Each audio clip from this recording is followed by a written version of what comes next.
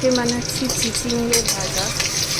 তার জন্য কালো জিরে কাঁচা লঙ্কা ফোড়ন দিয়ে দিয়েছি, পেঁয়াজ কুচিয়ে রেখেছি, এরকমভাবে পেঁয়াজটা ধুয়ে রেখেছি।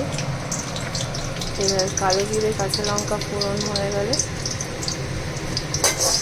একটু ভাজা ভাজা হয়ে গেলে আমি পেঁয়াজগুলো দিয়ে দেবো। চিচিঙ্গেগুলো ধোয়া হয়ে গেছে, এরকম করে কাটা। পেঁয়াজগুলো হালকা ভেজে নিচ্ছি। এরপরে একটু ভাজা হয়ে গেলে চিচিঙ্গেগুলো দিয়ে দেবো।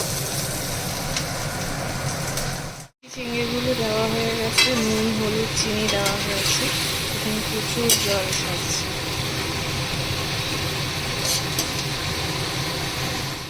জলটা শুকিয়ে কতটা কমে গেছে, জলটা শুকিয়েও গেছে। ভাজা ভাজা জলটা দিয়েই তো সেদ্ধ হয়ে যাবে। তারপরে নুন মিষ্টি হলুদ দিয়ে ভাজা ভাজা করতে হবে, আর একটু শুকোতে হবে।